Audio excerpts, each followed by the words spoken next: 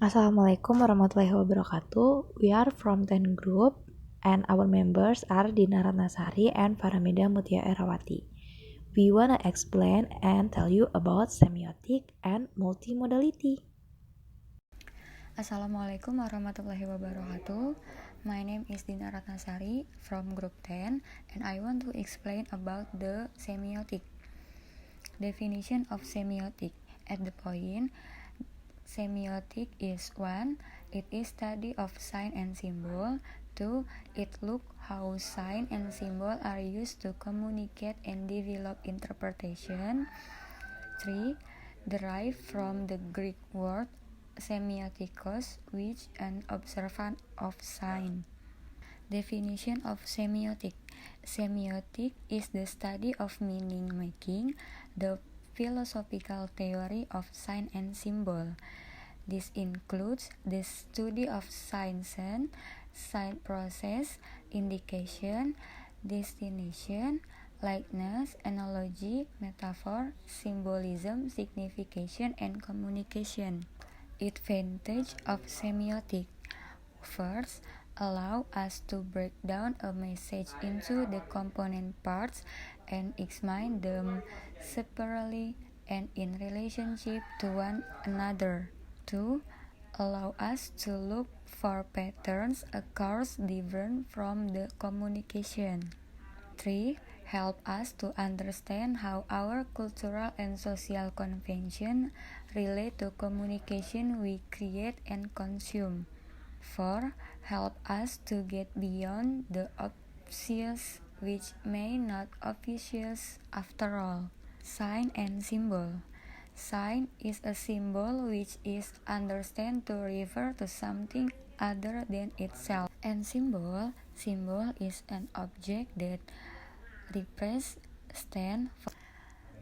for or suggests an idea or visual image. Semiotic discourse analysis. Semiotic discourse analysis framework is proposed to understand meaning making when scientific theories are used as explanatory models in science education context such as classroom. This discourse analysis framework is derived from the semiotics perspective of scientific knowledge being interpreted as signed information and from functional linguistic approaches as articulated. Multimodality is an interdisciplinary approach that understands communication and representation to be more than about language, and it has been developed over the past decade to systematically address much debated questions about changes in society, for instance, in relation to new media and technologies. Nah, jadi multimodal itu menekankan komunikasi dan representasi lebih dari sekadar bahasa.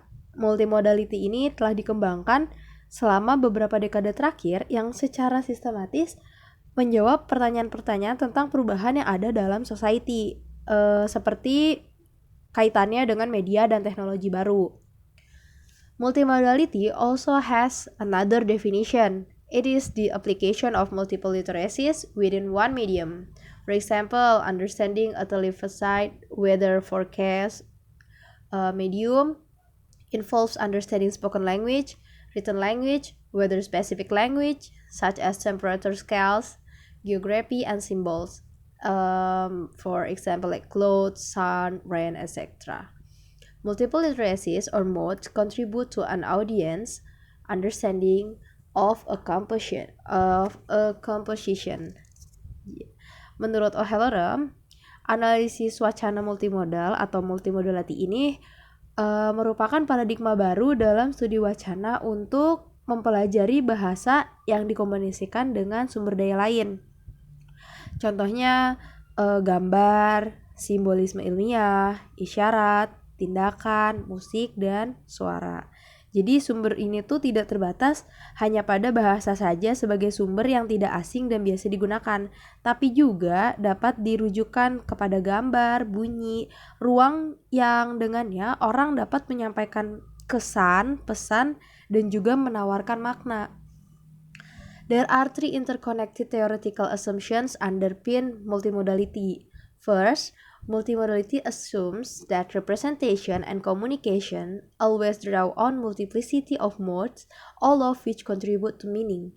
Jadi yang pertama itu multimodality itu mengasumsikan kalau representasi dan komunikasi itu selalu mengacu kepada mode yang semuanya berkontribusi pada makna.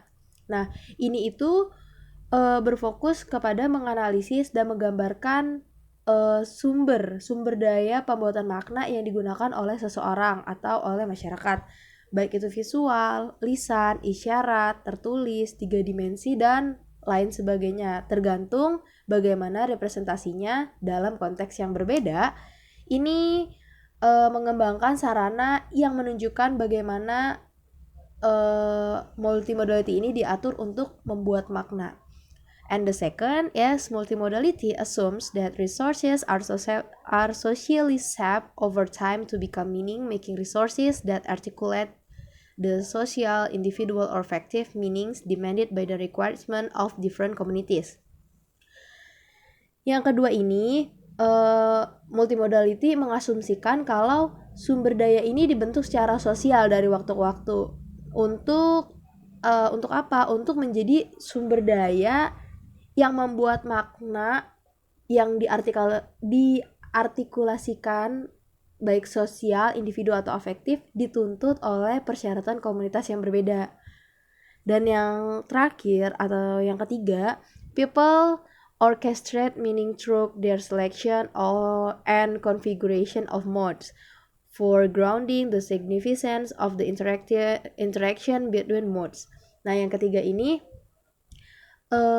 orang mengatur makna melalui pemilihan dan konfigurasi mode mereka atau sumber daya mereka.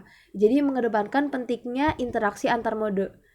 Nah, ini jadinya tuh semua tindakan komunikasi itu dibentuk oleh norma dan aturan yang berlaku pada saat pembuatan tanda dan dipengaruhi oleh motivasi dan minat orang dalam konteks sosial tertentu. Nah, here there are four concepts.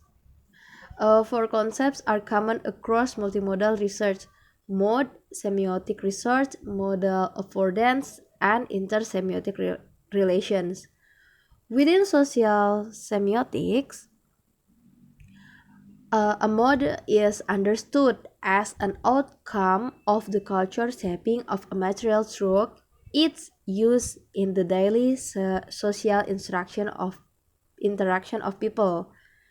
And the second, the semiotic resources of a mode come to display regularities through the ways in which people use them and can be thought of as the connection between representational resources and what people do with them. The third is the term modal affordance refers to the material and the cultural aspects of modes. What is possible to express and represent easily with a mode? It is a concept connected to both the material as well as the cultural and social historical use of a mode. And the last, modal affordance raises the question of what a mode is best for what. This raises the concept of intersemiotic relationship and how modes are configured in particular contexts.